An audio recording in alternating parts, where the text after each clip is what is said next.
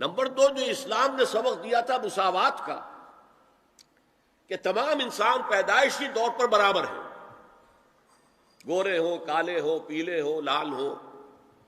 کسی رنگ کے ہوں، کسی نسل کے ہوں، کسی علاقے میں رہتے ہوں، کسی ناک نقشے کے ہوں، اور مرد ہوں یا عورت ہوں، پیدائشی طور پر سب برابر ہیں، ان میں کوئی فرق نہیں۔ یہ نوٹ کر لیجئے،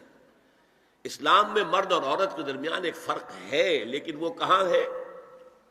جب ایک مرد اور ایک عورت شادی کے بندھن بندھ جائیں اور ایک خاندان کی بنیاد ڈالیں تو خاندان کے ادارے کا سربراہ مرد ہوگا، اور یہ ظاہر بات ہے، دو اور دو چار کی طرح کی بات ہے کہ کسی ادارے کے دو سربراہ نہیں ہو سکتے، ایک سربراہ، اس کے نیچے آپ اسسٹنٹس، ڈپٹیز جتنے چاہے رکھ لیں۔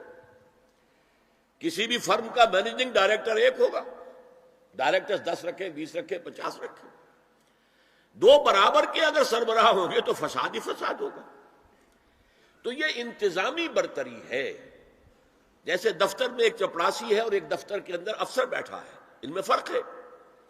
لیکن ویسے یہ دونوں برابر ہیں انسان ہونے کے ناطے، اور سیاسی اعتبار سے ایک ووٹ افسر کا ہے، ایک ہی اس کے چپڑاسی کا ہے، ایکول۔ تو انتظامی طور پر مرد کو فوقیت دی گئی ہے عورت پر، لیکن جو شرف انسانیت ہے، ہیومن آنر، ڈگنیٹی، یہ برابر شیئر کرتے ہیں، ان میں کوئی فرق نہیں۔ یہ سبق پڑھایا اسلام نے،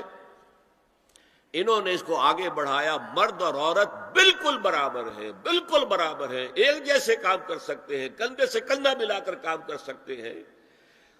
دو مرد آپس میں شادی کر سکتے ہیں، دو عورتیں آپس میں شادیاں کر سکتی ہیں۔ یہ سارا در حقیقت دنیا میں جو فساد پیدا کیا، یہ یہودیوں نے